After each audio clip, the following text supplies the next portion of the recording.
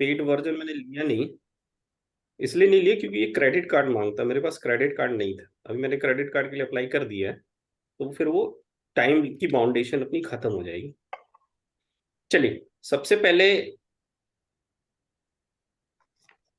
एक सेकेंड आप बताइएगा स्क्रीन दिख रही है कि नहीं दिख रही है? नहीं सर। मेरे सर मेरे ठीक है, लैपटॉप दिख की रही हाँ दिख दिख रही रही। आ गई सर, आ गई। हाँ आ दिख गई रही। है ना? देखिए ओके। एस्ट्रोलॉजी की शुरुआत वहीं से होती, नवग्रह से होती है, और कहाँ से होती है? कुंडली से होती है। ठीक है, तो हम सबसे पहले बेसिक टर्मिनोलॉजी समझेंगे। टर्मिनोलॉजी का मतलब समझते हैं ना, शब्दावली। ठीक है, जैसे मैंने बोला राम, तो फिर उसके बाद जल्दी से रहीम बोल दिया, तो आप खट से समझ जाते हैं हिंदू मुस्लिम। टर्मिनोलॉजी समझ रहे हैं ना? हाँ तो जी सर। शब्दों, हाँ पहले शब्दों का ज्ञान लेंगे कि जब मैं कोई चीज पढ़ाऊंगा या बताऊंगा आपको, तो उन शब्दों से या उन टर्मिनोलॉजी से आप वाकिफ रहें। ठीक है, तो सबसे पहले अपन उस चीज पे कंसंट्रेट करेंगे कि क्या चीज क्या होती है। क्लियर है? जी सर। ठीक है, तो शुरुआत हम शुरू से ही करेंगे, भला ही हमें पता हो चाहे ना पता। ठीक है,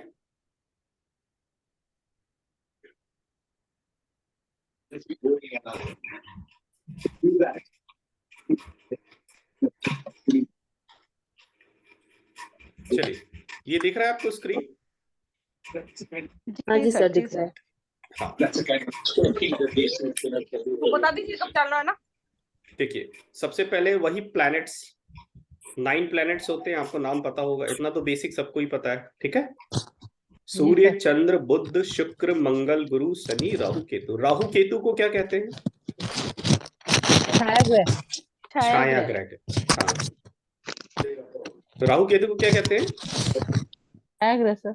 छाया ग्रह या नोड प्लैनेट कहते हैं। ठीक है, क्या कृष्णमूर्ति सर? जी इसको एक क्या कहते हैं? Node, node NODE, node. Actual में आपने कभी भूगोल पढ़ा होगा तो अक्षांश, देशांतर, ये सब शब्द सुने हैं? हाँ सर। इक्वेटर जी सर। लाइन है ना, तो ये हाँ जी, जहां हाँ जी। दोनों कट करते हैं ना, उस पॉइंट को उन्होंने राहु केतु बताया था, वो बाद में बता दूंगा मैं।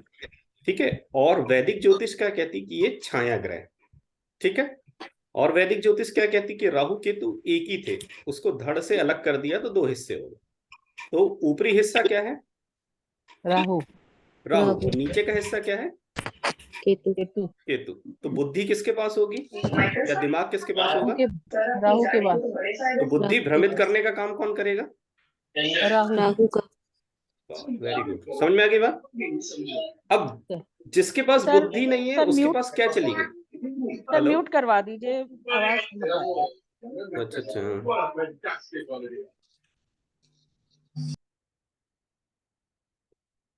अब आ रही है आवाज क्लियर? अब ठीक चलिए, मैंने क्या बताया, 9 प्लैनेट्स होते हैं, बाकी 7 तो आपको मालूम है। 2 प्लैनेट कौन कौन से हो गए? राहु हो गया और केतु हो गया। राहु केतु को क्या कहते हैं? छाया ग्रह कहते हैं। ठीक है, जैसे कि वैदिक एस्ट्रोलॉजी में यह कहावत है, हम जानते हैं कि राहु क्या है? सिर का हिस्सा है, और केतु क्या है? धड़ का हिस्सा है। क्लियर है? तो मैंने बोला ब्रेन किसके पास होगा? राहु के पास होगा। ठीक है, तो मति को भ्रमित करने का या ब्रेन को भ्रमित करने का या जातक को भ्रमित करने का काम कौन करता है? राहु। ठीक है, मतलब भ्रम देने वाला प्लैनेट कौन है? राहु। ठीक है, अब भाई गर्दन कट गई, राहु के पास चली गई, केतु के पास क्या बचा? धड़। धड़ में क्या होता है? दिल। तो जो दिल से सोचेगा वो क्या होगा? केतु होगा। ठीक है, वो दिमाग से नहीं सोचेगा। केतु क्या सोचता है? दिल से सोचता है, क्योंकि उसके पास क्या नहीं है? ब्रेन नहीं है। ठीक है, थोड़ा सा इंटरप्रिटेशन समझ में आ गया आपको? अब देखिए जी सर, कृष्णमूर्ति जी। पद्धति, हाँ कृष्णमूर्ति पद्धति यदि अपन पढ़ रहे हैं तो हमको नंबर्स याद होना बहुत जरूरी है। नंबर मतलब 1 2 3 4 5 ऐसे। ठीक है, तो मैं कोई भी चीज बताऊंगा तो उसको नंबर के ही बेस पे बताऊंगा। क्यों? क्योंकि जब हम कृष्णमूर्ति पद्धति में किसी कुंडली को रीड करते हैं तो नंबर सिस्टम ही आता है। ठीक है, तो जो चीज को हमें आगे सीखना है तो उस चीज की हमें क्या होना चाहिए? आदत होनी चाहिए। जैसे राशियों के नाम आपको दिख रहे हैं, ये दिख रहे हैं 12 राशि। मेष राशि, वृषभ राशि, मिथुन, कर्क, सिंह, हाँ कन्या, दिख रहा है। तुला, वृश्चिक, धनु। ठीक है, मकर, कुंभ, मीन। इन राशियों को हमें नंबर के हिसाब से याद होना अति आवश्यक। क्योंकि आपने जब देखी हुई कुंडली ड्रॉ रहती है तो उसमें नंबर लिखे रहते हैं, राशि के नाम नहीं लिखे रहते। ठीक है, तो जैसे एक नंबर लिखा है तो हमें क्लियर होना चाहिए कि वो मेष राशि। यदि 2 नंबर लिखा है तो वृषभ है, 3 है तो मिथुन है। देखिए इन 12 राशियों में एक राशि तो अपनी होती ही होती है। जैसे कोई ऐसा व्यक्ति होगा जिसकी सिंह राशि होगी तो उसको उसका नंबर तो ऑटोमेटिक याद हो जाएगा, भाई 5 नंबर की राशि सिंह राशि होती है। तो ऐसे करके इनके नंबर्स को आप याद कर लीजिए, नंबर बहुत जरूरी है। जैसे अपन ने बोला तुला राशि, तो 7 नंबर याद होना चाहिए हमको, क्योंकि हम केपी पढ़ रहे हैं, केपी में नंबर बहुत इंपॉर्टेंट है। समझ रहे हैं? देखिए पढ़ने की विधि में इसलिए बता रहा हूं क्योंकि ये विधि आगे काम आएगी आपको, और उस चीज को आप उस विधि से पढ़ेंगे तो उस पद्धति को आसानी से आप समझ सकेंगे। क्लियर है? अभी तो हम बेसिक देख रहे हैं, बेसिक में हम ये देख रहे हैं कि वैदिक और केपी, ठीक है, दोनों मिला जुला के पढ़ रहे हैं, फिर सीधे हम केपी पे आएंगे। तो समझ गए आप राशियों के नाम को हमको कैसे याद करना है? ऐसे तो याद करना ही है, क्रम पता हो ना हो कोई आवश्यक नहीं, लेकिन मैंने बोला मिथुन राशि तो 3 नंबर याद होना चाहिए। क्यों? क्योंकि जब आप आगे प्रिडिक्शन करेंगे तो इन राशियों के जो रिजल्ट लिखे रहेंगे नंबर में ही लिखे रहेंगे। जैसे बोला बैरन साइन कौन सी होती, जड़ राशियां कौन सी होती, तो वहां नंबर्स लिखे रहेंगे। अभी अपन आगे आएंगे तो आप देखेंगे। ठीक है, क्लियर है? इसीलिए क्लास को मैंने गैप करके रखा है ताकि आप उसको एक बार रीड कर सके। क्लियर है ना? मैं पूछूंगा अभी, ठीक है, क्योंकि पूछेंगे तभी तो हमें याद होगा। तो ये 12 राशियां क्लियर है? जी सर। देखिए अब इन राशियों के मालिक कौन कौन से होते हैं ये भी हमको याद होना चाहिए, क्योंकि हमारा एक टॉपिक क्या होगा, लॉर्डशिप भी होगा। ठीक है, लॉर्डशिप को हम आगे समझेंगे जब हम इन बेसिक चीजों को समझ जाएंगे। देखिए 4 से चंद्रमा याद रखिएगा। 4 नंबर किसका होता है? चंद्रमा। चंद्रमा मीन्स मून। ठीक है, 4 चंद्रमा है, मून है। 5 नंबर क्या हो जाएगा? सूर्य। ठीक है, अब देखिए यहाँ पे 9 का फॉर्मूला लिखा हुआ है। 1 and 8 क्या होता है? 9। 2 and 7 क्या होता है? 9। 3 और 6 क्या होता है? 9 होता है ना? तो 1 नंबर की राशि और 8 नंबर की राशि, उसका मालिक कौन है? मंगल है। क्लियर है? 2 नंबर की राशि और 7 नंबर की राशि क्या है? शुक्र है। 3 नंबर की राशि और 6 नंबर की राशि, उसका मालिक कौन है? बुध है। तो आपने कितनी राशियों के मालिक याद हो जाएंगे आपको ऑटोमेटिकली? 2, 2, 4, 2, 6, 7, 8। क्लियर है? फॉर एग्जाम्पल आपने कुंडली में देखा कि 2 नंबर के साथ शुक्र बैठा है। ठीक है, तो आपको ये पता होना चाहिए कि ये 2 नंबर किसका है? शुक्र का तो है ही है, साथ में 7 नंबर का भी मालिक कौन है? शुक्र है। शुक्र को याद करने का तरीका है 7। 7 मतलब शुक्र। ठीक है, क्लियर है? नंबर बहुत याद करने की आवश्यकता है यदि कृष्ण मूर्ति पढ़ना है अपन को। जैसे शुक्र को याद करने का तरीका क्या है? 7। तो 2 and 7 राशि है, ये ध्यान रखिएगा, अभी हाउस की बात नहीं हो रही है ना। 2 and 7 इज वीनस, शुक्र है। क्लियर है? 3 और 6 क्या है? बुध है। 1 और 8 का मालिक कौन है? मंगल है। मतलब यदि मैं कहूंगा कि कर्क राशि, 4 नंबर कौन सी राशि होती है? कर्क राशि। कर्क राशि का मालिक कौन है? चंद्रमा। चंद्रमा। 5 नंबर की राशि क्या होती है? सिंह राशि। सिंह राशि का लॉर्ड कौन है? सूर्य। सूर्य। ठीक है, सिंह सिंह शेर तो एक ही होगा ना, सूर्य। ठीक है, 1 नंबर होती है मेष, 8 नंबर क्या होती है? वृश्चिक। इसलिए मैंने ऊपर बोला था कि इन राशियों को नंबर से याद रखना है। ठीक है, मंगल। क्लियर है? ऐसे करके हमें इन्हें याद कर लेना। ठीक है, अब देखिए अभी थोड़ी सी और बची हुई है राशियां। ये देखिए शनि की खास बात देखिए, 10 और 11 कंटिन्यूअसली जो 2 नंबर्स आते हैं 10, 11, इसका लॉर्ड कौन है? शनि। 10 और 11 कौन है? शनि। मकर और कुंभ राशि। हाँ, ठीक है, कुछ कुछ कोरिलेट करके रखेंगे ना, आपके दिमाग में रहेगा। ठीक है, और 9 and 12 जो होती है किसकी होती है? गुरु की होती है। क्लियर हो गया? 12 राशियां कौन सी होती है? उन 12 राशियों के मालिक कौन है? क्लियर है? क्लियर? जी सर। ठीक है, ये चीज बहुत ही बेसिक चीज है और ये हमें पता होना चाहिए। अब देखिए कृष्णमूर्ति जी कहते हैं कि राहु और केतु की कोई राशि नहीं होती। ये पॉइंट को बहुत अच्छे से याद रखेंगे आप। राहु केतु की कोई राशि नहीं होती, क्योंकि जब आप कृष्णमूर्ति पद्धति से डेट फाइंड आउट करेंगे तब आपको ये चीज ध्यान में रहनी चाहिए, क्योंकि उस समय सन का ट्रांजिट देखा जाता है राशियों में। तो जब राहु केतु आते हैं तो उनकी कोई राशि नहीं होती। लेकिन यदि हम वैदिक एस्ट्रोलॉजी कहें तो राहु किसको फॉलो करता है? 11 नंबर की राशि। 11 नंबर की राशि शनि की। किसकी राशि है? शनि शनि की राशि। शनि की। और केतु मंगल की राशि को फॉलो करता है, मतलब 8 नंबर। क्लियर है? जी सर। ठीक है, कोई doubt? Yes sir. No sir. ठीक है, नंबर पे ध्यान देना है। देखिए मुझे मालूम है आप 9 प्लैनेट जानते हैं, 12 राशियां जानते हैं, लेकिन उसको पढ़ने का तरीका क्या है, क्योंकि कृष्णमूर्ति पढ़ना है हमें। ठीक है, तो यदि आप उसी पद्धति को फॉलो करेंगे तो वो आगे जाके दिक्कत नहीं करेगी। क्लियर हो गया? जी सर। ठीक है, 2 और 7 किसकी राशि होगी? सर 11 और 8 का नहीं समझ में आया।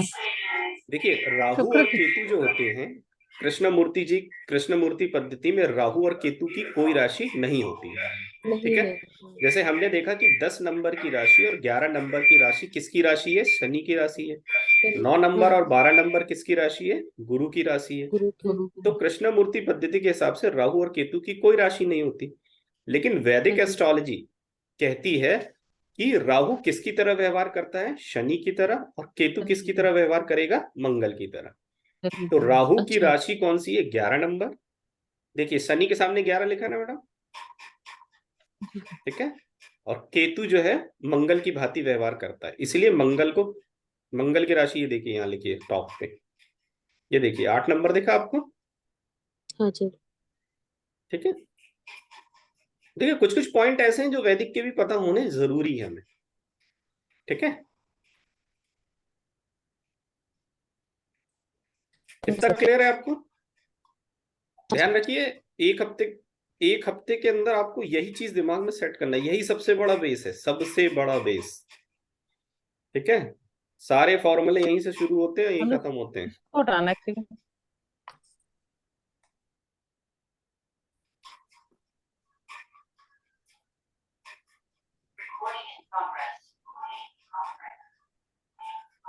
चलिए,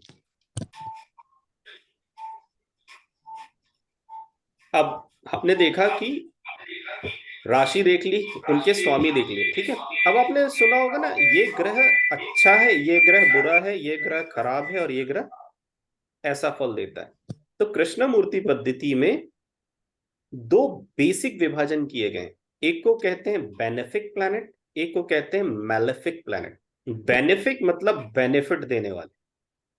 क्लियर है? हाँ बेनिफिक सर। मतलब बेनिफिट देने वाले, और बेनिफिट। मैलेफिक मतलब जो बेनिफिट आपको नहीं देंगे। नहीं ये दे। सिंपल सर सा एक एक बार बेसिक दोबारा। विभाजन। सर एक बार रिपीट कर दीजिए दोनों शब्द। हाँ, मैं ये कह रहा हूं कि ग्रहों को 2 कैटेगरी में बांटा गया है। ठीक है, कृष्णमूर्ति पद्धति में ग्रहों को 2 कैटेगरी में बांटा गया है। पहली कैटेगरी कहलाती है बेनिफिक प्लैनेट, मतलब जो बेनिफिट देते हैं। बीपी लिखा ना, ये देखिए बीपी, बेनिफिक मतलब बेनिफिशियल है आपके लिए। ठीक है, और एक कैटेगरी बनाई उन्होंने मैलेफिक प्लैनेट। मैलेफिक मतलब जो आपको फायदा नहीं देते, मतलब शुभ ग्रह, अशुभ ग्रह।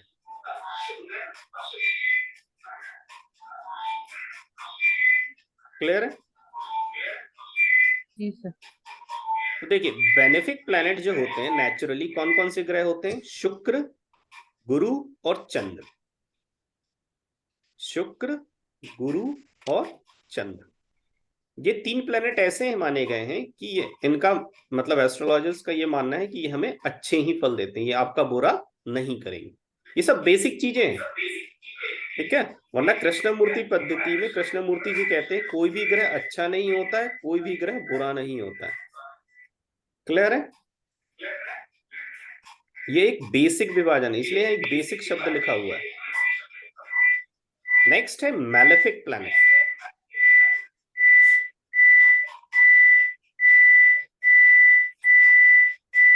संगीता जी की तरफ से बहुत आवाज आ रही है, उनका म्यूट करवा दीजिए।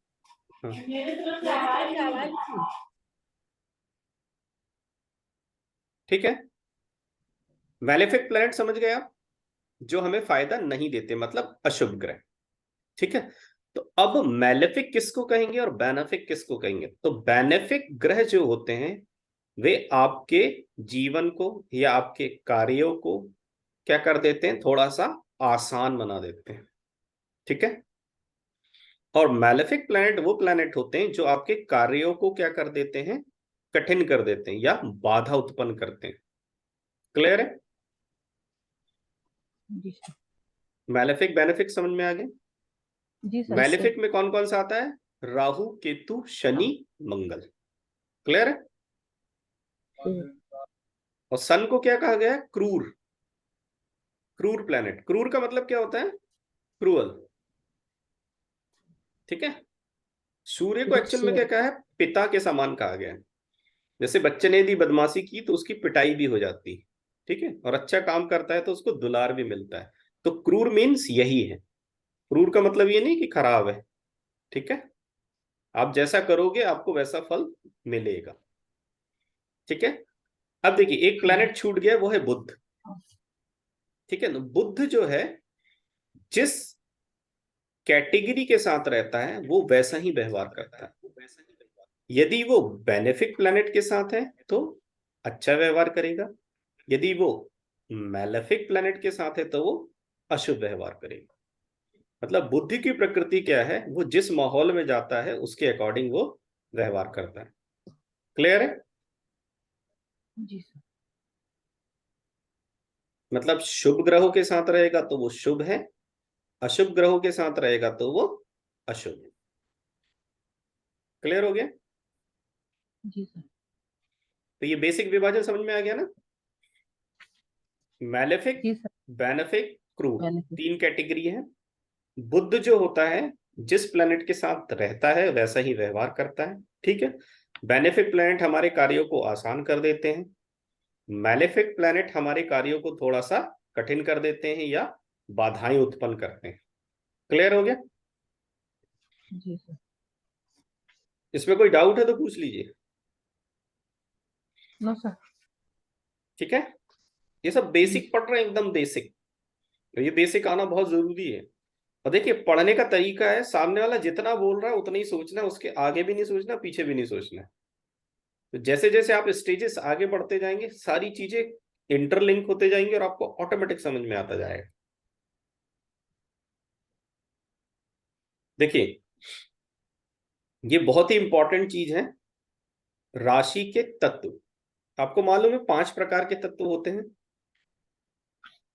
लिखो मत, ये मैं डाल दूंगा उसको, है ना, पढ़ लेना। Okay okay. लिखो नहीं, है ना, ये मैं डाल दूंगा पीडीएफ।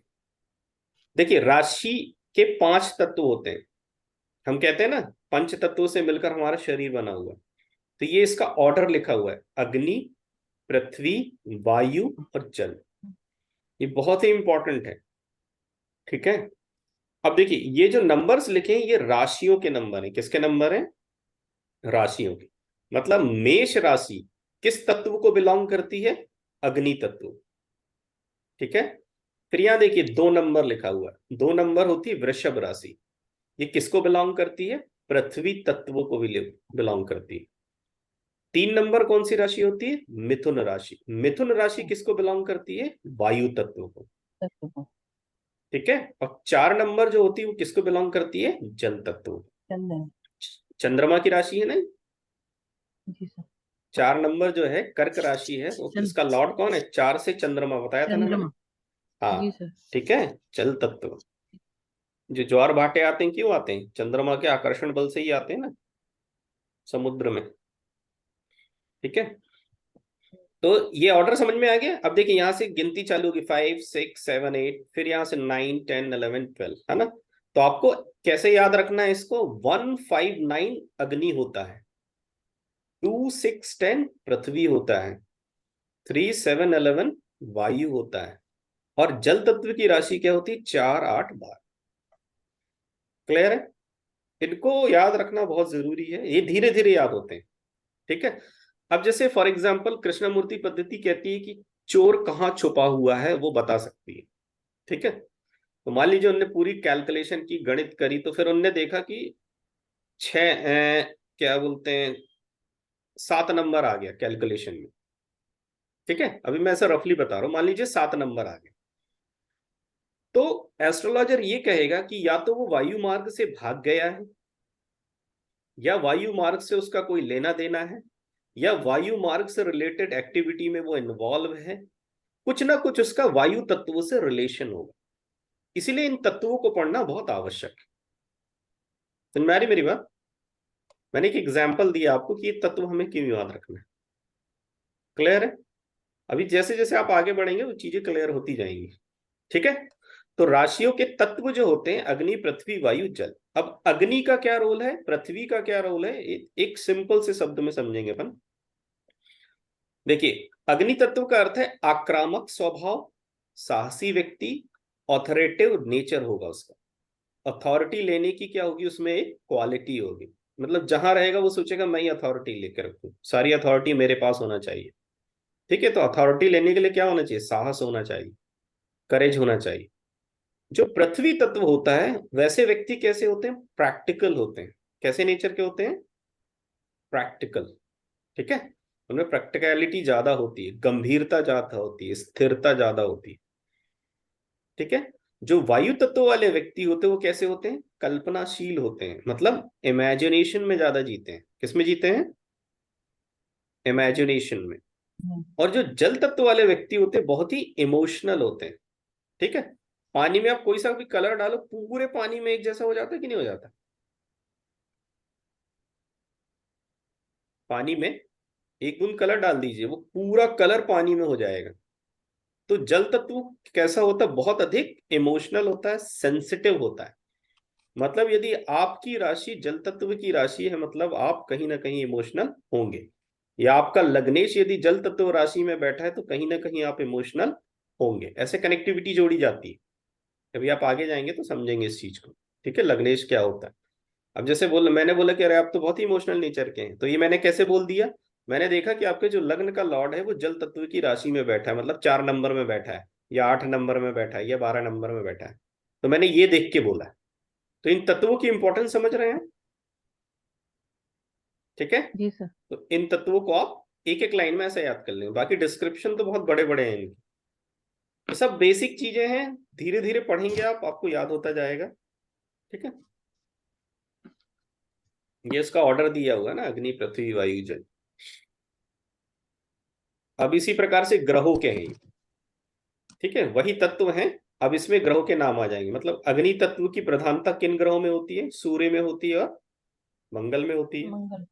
जल तत्व की प्रधानता किसमें होती है, चंद्र में होती है और शुक्र में होती है। पृथ्वी तत्व की प्रधानता किसमें होती है, बुध में होती है। ठीक है, आकाश तत्व की प्रधानता किसमें होती है, गुरु में होती है। और वायु तत्व की प्रधानता किसमें होती है, शनि में होती है। ठीक है,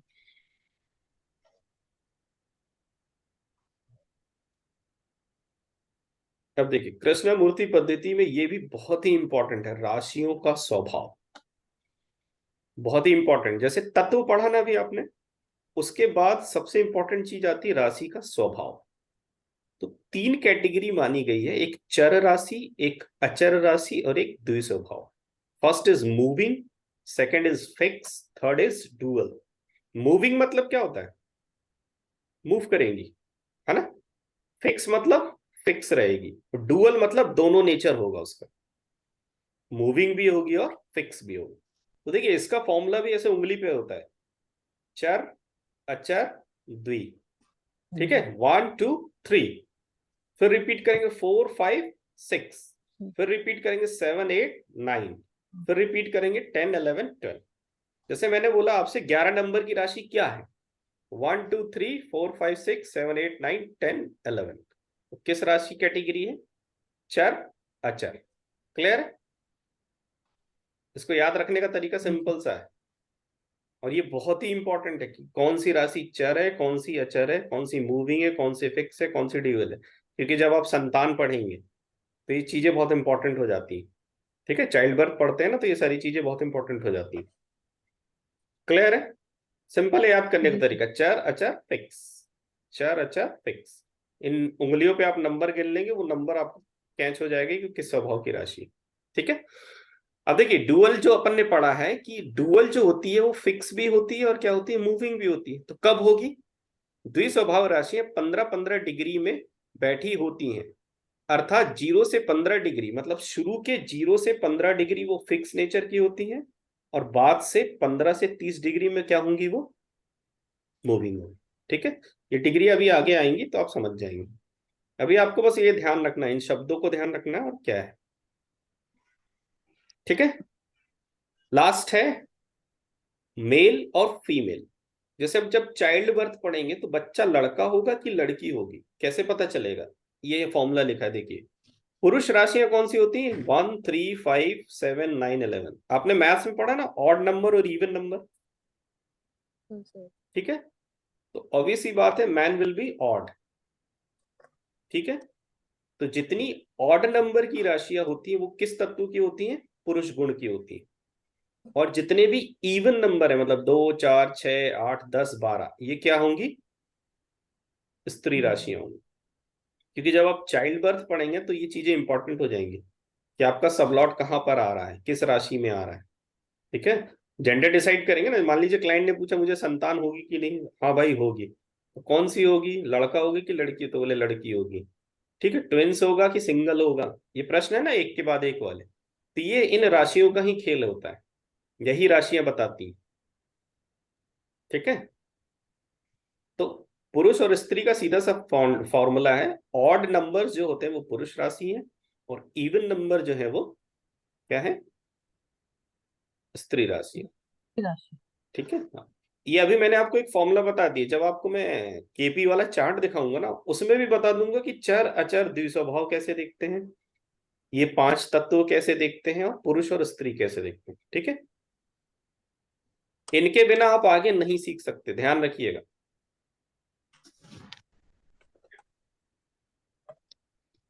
चलिए देखिए, एक होता है बैरन साइन। बैरन मतलब जड़ राशियां। ठीक है। जब बच्चा के बारे में पढ़ते हैं ना तो बोलते नहीं आपको बच्चा नहीं होगा, तब ये जड़ राशियां ही आती हैं। तो जड़ राशियां किसे मानी गई हैं? 1, 3, 5 और 6 को मानी गई। ठीक है। मतलब मेष राशि, मिथुन राशि, सिंह राशि और कन्या राशि, इन्हें क्या कहते हैं? बैरन साइन, बंजर या बांझ राशियां। मान लीजिए आपने किसी क्लाइंट के, फीमेल क्लाइंट के कुंडली में देखा कि ये बैरन साइन आ रहे हैं, मतलब संतान में क्या है? बाधा है। बैरन मतलब बाधा होता है। ठीक है। जड़ राशि मतलब ये प्रॉब्लम क्रिएट करेगी ही करेगी। इसलिए ये याद होना चाहिए। इसको याद करने का तरीका क्या है? 1, 3, 5, 6। 1, 3, 5, 6 ऑड नंबर है ना, केवल एक कन्या राशि इवन नंबर है।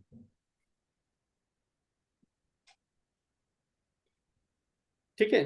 जलीय राशि अभी आपको ऊपर बताया था ना, 4, 8, 12 होता है। देखो जल तत्व की राशि याद करना आसान है, 4, 8, 12। ठीक है। इसको मूक राशि अभी कहते हैं, म्यूट साइन। कुछ लोग होते हैं ना मूक, मूक मतलब जो बोल नहीं सकते। ठीक है। तो जल तत्व की राशि जो होती है वो कैसी होती है? म्यूट साइन होती है, मूक राशियां होती है। ठीक है। अधिक बोलने वाली राशियां कौन सी होती हैं? मिथुन, तुला और कुंभ। ठीक है। सर अधिक बोलना मतलब क्या है इससे? मतलब वॉइस ही, मान लीजिए कोई बोलेगा क्या मैं सिंगर बन सकता हूँ कि नहीं। मान अच्छा। लीजिए कोई आया है, उसने बोला सर मैं सिंगर बनना चाहता हूँ, देखिए जरा बताइए।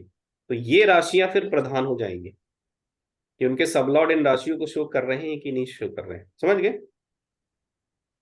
क्लियर है? सर मिथुन, ये जो तुला और कुंभ, ये राशियां वॉइसी राशियां। मतलब यदि मान लीजिए आपको, बोलते तो सब है, कोई अच्छा बोलता कोई खराब बोलता, मान लीजिए कोई बोले मुझे सिंगर बनना है तो उसकी वॉइस अच्छी होना चाहिए, तो फिर इन राशियों की प्रधानता या इंपॉर्टेंस क्या हो जाएगी? बढ़ जाएगी। यदि ये राशियां शो कर रही हैं तो वो एक अच्छा सिंगर बन सकता है।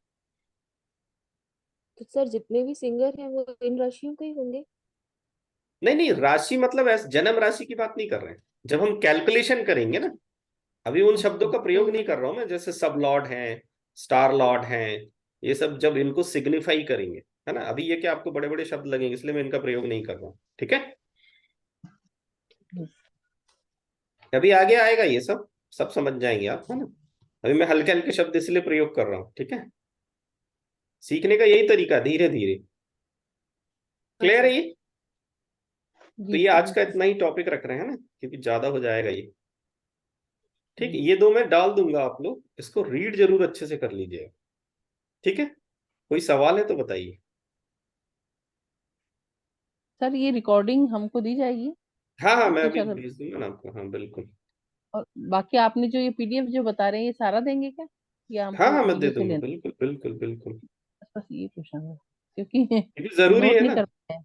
हाँ नहीं नहीं, वो हाँ। मालूम है ना, क्योंकि देखिए उस समय हम सुन पा रहे हैं कि लिख पा रहे हैं, वो कोऑर्डिनेशन नहीं हो पाता। ठीक है, जी तो जी ये तो सर। मैं भेज दूँ, क्योंकि ये बेसिक है, ये नींव का पत्थर हम्म, है, एकदम पता होना जी चाहिए। ठीक है, जी जी सर। कुछ पूछना है तो बताइए। स्वामी अभी तो मेरे को नहीं लग बुक रहा कोई कौन सा प्रश्न होगा। रखना चाहिए केपी में? क्या है मैडम? बुक कौन सा फॉलो करना चाहिए? देखिए मैडम, कृष्णा मूर्ति जी की बाइबल जो है उनकी KP6 रीडर बुक है, केपी जो कि 6 बुक है। कृष्णा मूर्ति जी ने स्वयं लिखी है। तो ये मैं आपको बता दूं, ये सारी चीजें उन बुक से ही निकाली गई। KP रीडर 6 नाम है, वो केवल इंग्लिश में ही आती। ये तो मुश्किल है सर 6 फिर। बुकों का कॉम्बिनेशन है वो, 6 बुकों का कॉम्बिनेशन है, KP रीडर 6 कहते हैं, जिसमें से हम्म। 3 बुकें बहुत इंपॉर्टेंट। सर, ये बुक्स पढ़नी पड़ेगी क्या ये क्या 6 हमको? पार्ट में है नहीं नहीं। या फिर एक हाँ मैडम, बुक में 6 है? नहीं नहीं, मतलब ये 6 अलग 6 अलग पार्ट किताबें, में है? 6 अलग 6 अलग अलग अलग। किताबें, 6 अलग अलग टॉपिक पे। पार्ट्स नहीं है, 6 अलग अलग किताबें हैं जिनके सब्जेक्ट अलग अलग है।